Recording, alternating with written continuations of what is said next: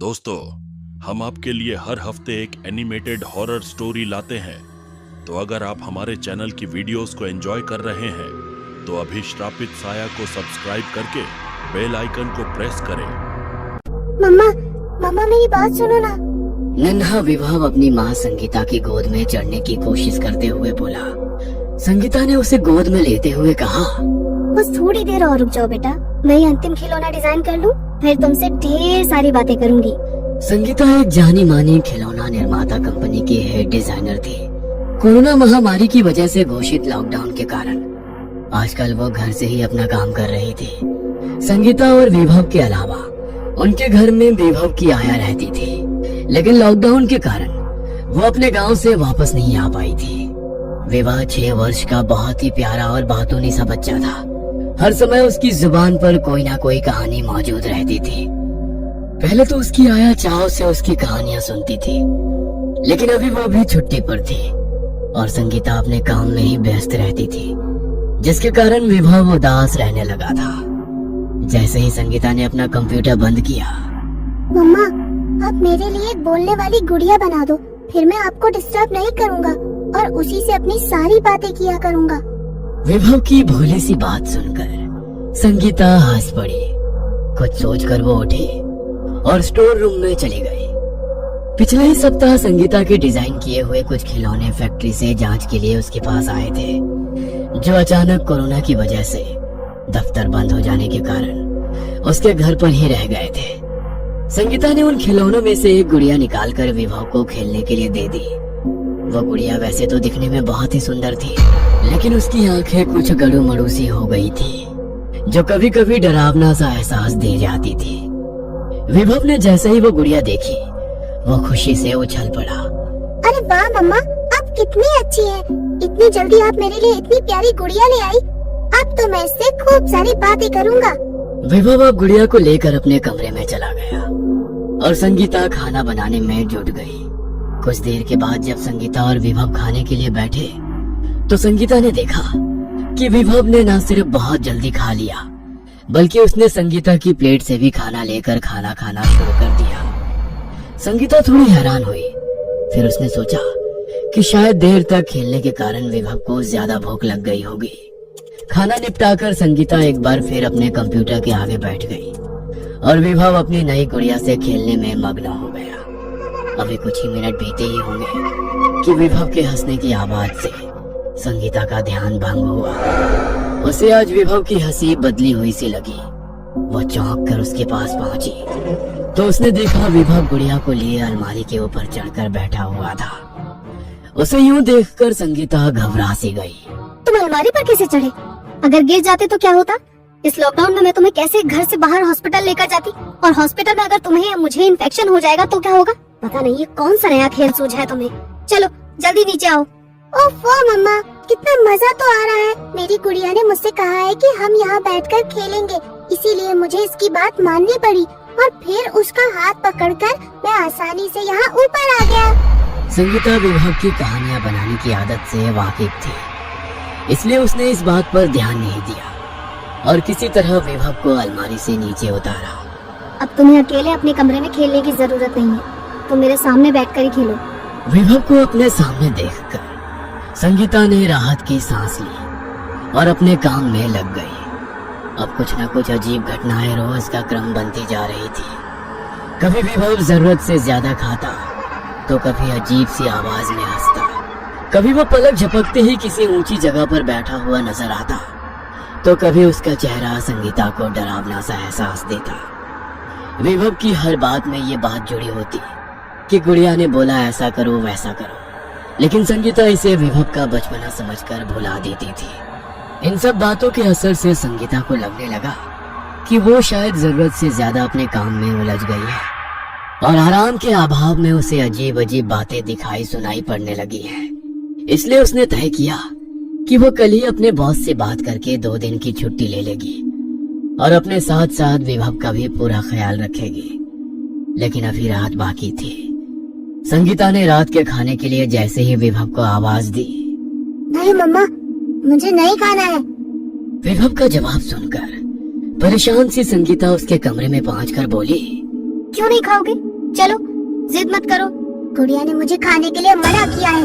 अगर मैं खाना नहीं खाऊंगा तो धीरे धीरे मर जाऊंगा और फिर उसकी तरह ही गुड़िया बनकर हमेशा के लिए उसकी दुनिया में उसके साथ रहूंगा। विभव ने अजीब सी आवाज में कहा। विभव के मुंह से मरने की बात सुनकर संगीता के गुस्से का ठिकाना नहीं रहा। उसने विभव को थप्पड़ मारने के लिए अपना हाथ उठाया, लेकिन ये क्या, उसका हाथ बीच हवा में ही रुक गया। वो विभव को छू ही नहीं पा रही थी। संगीता ने आश्चर्य से विभव की तरफ देखा तो उसने पाया कि विभव की आंखें लाल हो चुकी थी, मानो उसमें खून तैर रहा हो। उसके हाथ में मौजूद गुड़िया से भी हंसने की विचित्र आवाज आ रही थी, जो अब संगीता को बुरी तरह डराने लगी थी। सहसा गुड़िया और विभव दोनों की आवाज एक साथ संगीता के कानों से टकराई। हमें थप्पड़ मारना तो बहुत दूर की बात है।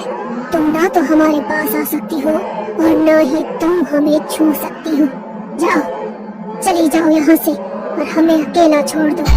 संगीता के लिए अब वहाँ एक सेकंड भी खड़ा रहना मुश्किल हो गया था। पसीने से लथपथ घबराई हुई सी वो तेजी से वहाँ से भागकर अपने कमरे में आ गई। कुछ देर के बाद जब वो संयत हुई तब वो फिर धीरे से विभव के कमरे में पहुंची। पहुंचकर उसने देखा विभव सो गया था, लेकिन गुड़िया अभी भी उसके बिस्तर पर उसके पास ही थी।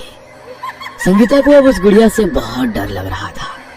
फिर भी किसी तरह हिम्मत जुटाकर उसने गुड़िया को विभव के पास से उठाया और उसे बाहर ले जाकर उसने उसके टुकड़े टुकड़े कर दिए। फिर गुड़िया के इन टुकड़ों को उसने एक बॉक्स में पैक किया और उसे अन्य डैमेज खिलौनों के साथ रिकंस्ट्रक्शन के लिए स्टोर रूम में डाल दिया।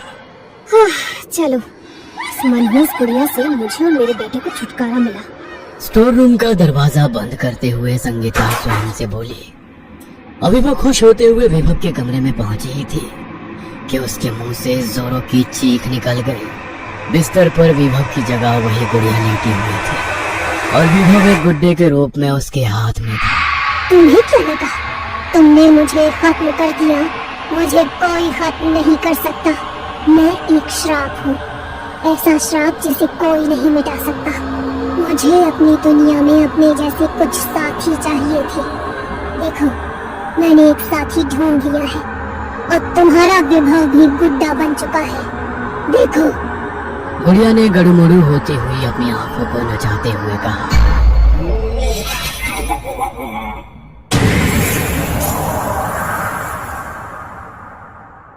देखते ही देखते वो बेहोश होकर गिर पड़ी। बेहोशी में वो बस लगातार एक ही बात बड़बड़ा रही थी। छोड़ दो, छोड़ दो, मेरे विभव को छोड़ दो, छोड़ दो। उसे गुड्डा मत बनाओ, उसे मत बनाओ गुड्डा। छोड़ दो, छोड़ दो, मेरे विभव को छोड़ दो। अचानक संगीता को महसूस हुआ कि कोई उसके चेहरे पर पानी डाल रहा है। उसने धीरे धीरे अपनी आंखें खोली तो उसके सामने पानी का जग लिए विभव खड़ा था। विभव पर नजर पड़ते ही संगीता झटके से उठकर बैठ गई और उसने उसे खींचकर अपने गले से लगा लिया। संगीता की इस प्रतिक्रिया से विभव ने घबराकर उससे पूछा, मम्मा, आपको क्या हो गया था? पता नहीं कितना डर गया था। आप अपनी आंखें भी नहीं खोल रही थी और पता नहीं क्या क्या बोल रही थी। फिर मैंने आया आंटी को फोन करके उन्हें सारी बात बताई। तब उन्होंने मुझे आपके चेहरे पर पानी डालने के लिए कहा। ये सब सुनकर विभव को स्वयं से अलग किए बिना संगीता बोली, मुझे कुछ नहीं हुआ है मेरे बच्चे, कुछ नहीं, और मैं कुछ होने भी नहीं दूंगी। भगवान का शुक्र है कि वो सब एक डरावना सपना था। थोड़ी देर बाद जब संगीता कुछ संभली तब उसने विभव से गुड़िया के विषय में पूछा। विभव ने रुआसी आवाज में कहा, पता नहीं मम्मा, मेरी गुड़िया कहाँ गई? मैं कब से उसे ही ढूंढ रहा हूँ। ये सुनकर संगीता ने चुपचाप स्टोर रूम का रुख किया। वहाँ पैकेट में गुड़िया के टूटे हुए टुकड़ों को देखकर उसे तसल्ली हुई। संगीता ने तुरंत माचिस निकाली और गुड़िया के टुकड़ों में आग लगा दी। देखते ही देखते वो सारे टुकड़े धूं धूं करके जलने लगे। आग के बुझने के बाद जब संगीता विभव के कमरे में पहुंची तो वहाँ विभव की जगह पर वही गुड़िया बैठी थी और संगीता को देखकर मुस्कुरा रही थी। संगीता उसे बिस्तर पर देखकर हैरान हो गई। तभी गुड़िया के अंदर से आवाज आई। मैंने कहा था ना, मैं एक श्राप हूँ, श्राप किसी कोई नहीं मिटा सकता है। ये सुनते ही संगीता के रोंगटे खड़े हो गए। संगीता भागते हुए जैसे ही स्टोर रूम में पहुंची, उसकी चीख निकल गई। उसने गुड़िया समझकर विभव के टुकड़े करके उसे आग लगा दी थी। अक्सर पागल खाने में रोते हुए संगीता की आवाज सुनाई देती थी। मैंने विभव को नहीं मारा है, मैं तो श्रापित गुड़िया को मारा था। हाँ।